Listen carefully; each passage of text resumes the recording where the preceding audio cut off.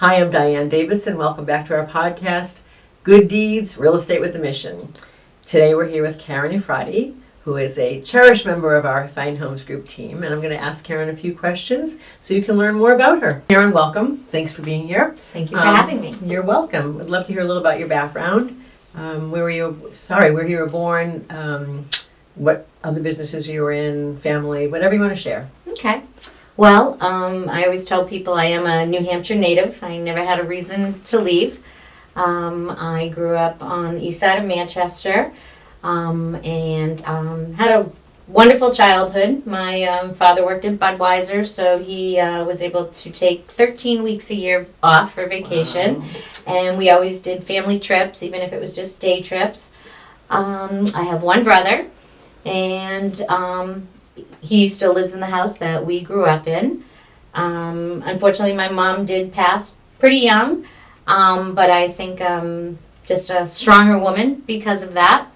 And my most recent past career was working for a general contractor for over 15 years, where I handled everything from payroll, human resources, marketing, project management. I always had an interest in real estate. I'd just be looking at houses online, decided to take my real estate class, and then I met a mutual friend of ours, and she mentioned that you were looking for someone to work in the office.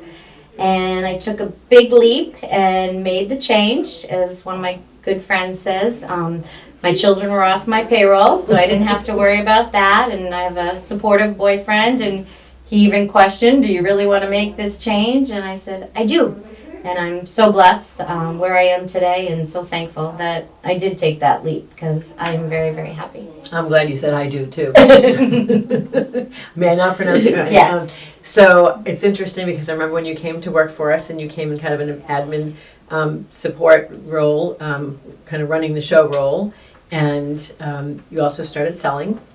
And you were great at it, probably because you're so adept at the details and managing things and relating to people, and your success came pretty quickly in your role as a real estate agent. And I remember I sat you down and said, Karen, you need to stop your work as an admin. You need to be full-time as an agent.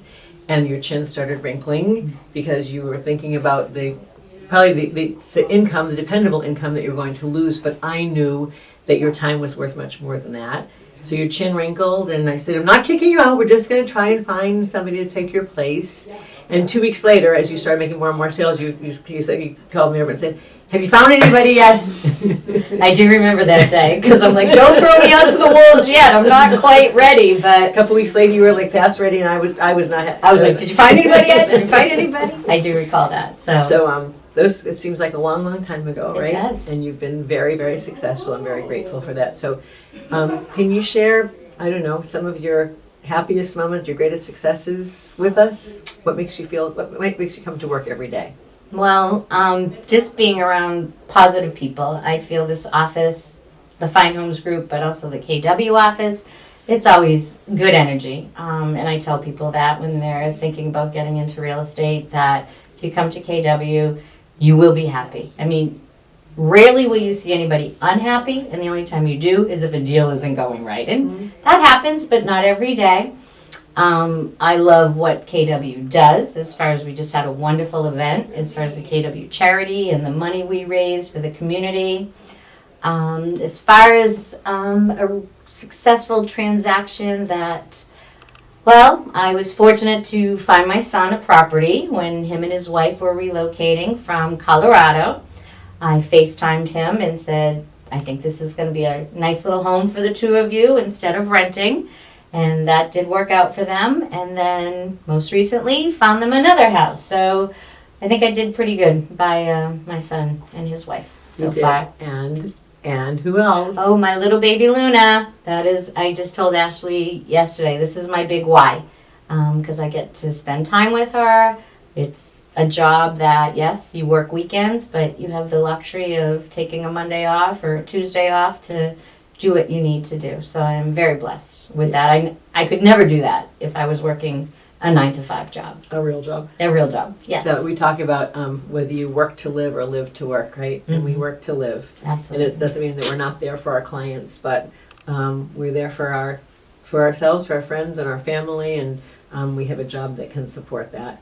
And I think it's wonderful that you have your Luna Day or your Luna time, and you also have time with Daddy. Mm-hmm. You breakfast Yes. with him once a week. Yes, every And Thursday. it's wonderful. It It's is. really, really wonderful thing. So I want to also give you a shout out for the works of the KW charity that support nonprofits that give to children primarily, and they just went over the $1 million mark in monies raised in the last 16 years.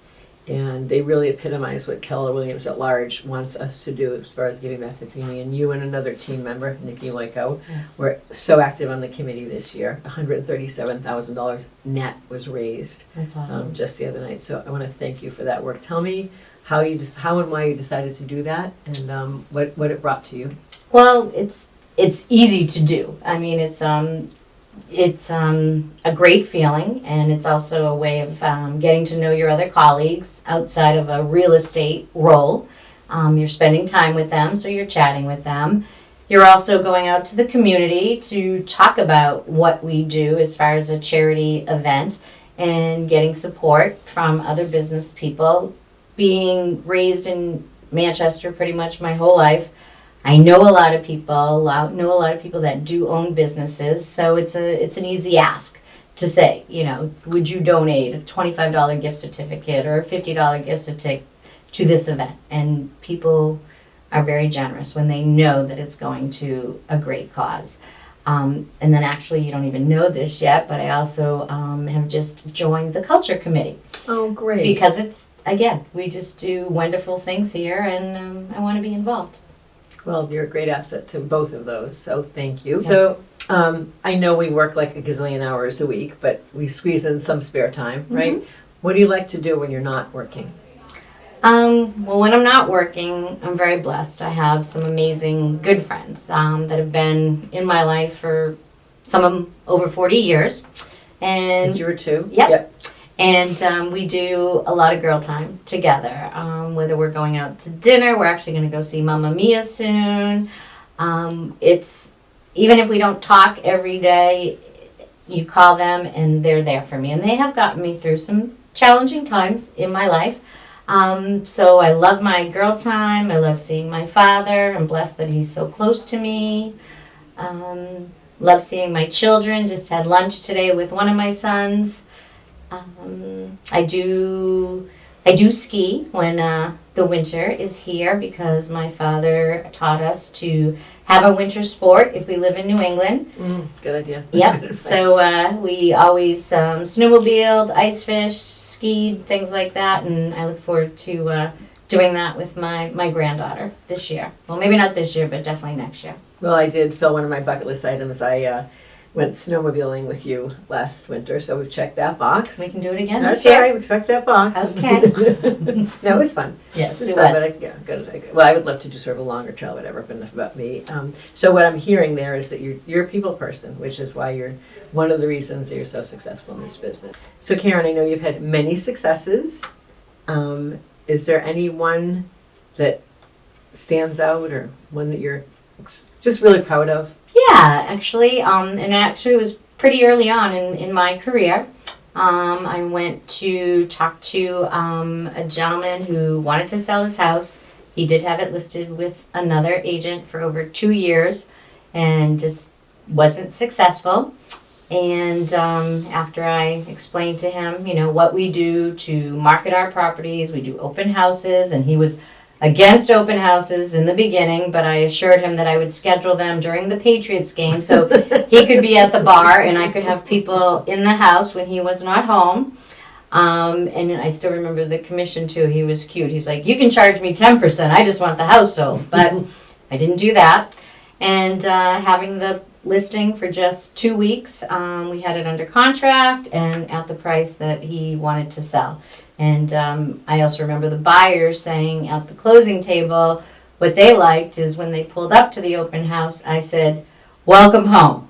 Aw. And that just kind of struck a chord with them. So I would say that was definitely one of my successes. So you brought the magic. I did. And I know which property you're talking about, and I have to say that the photography also is magical. It was like a Thomas Kincaid painting. So, so thanks for pulling all that together, and thanks for sharing that story. Thanks. And to many, many more of those Absolutely. magical, successful stories. Thanks. Thanks for tuning in. Please be sure to follow our podcast or subscribe to YouTube or find us at finehomesgroupnh.com. Till next time.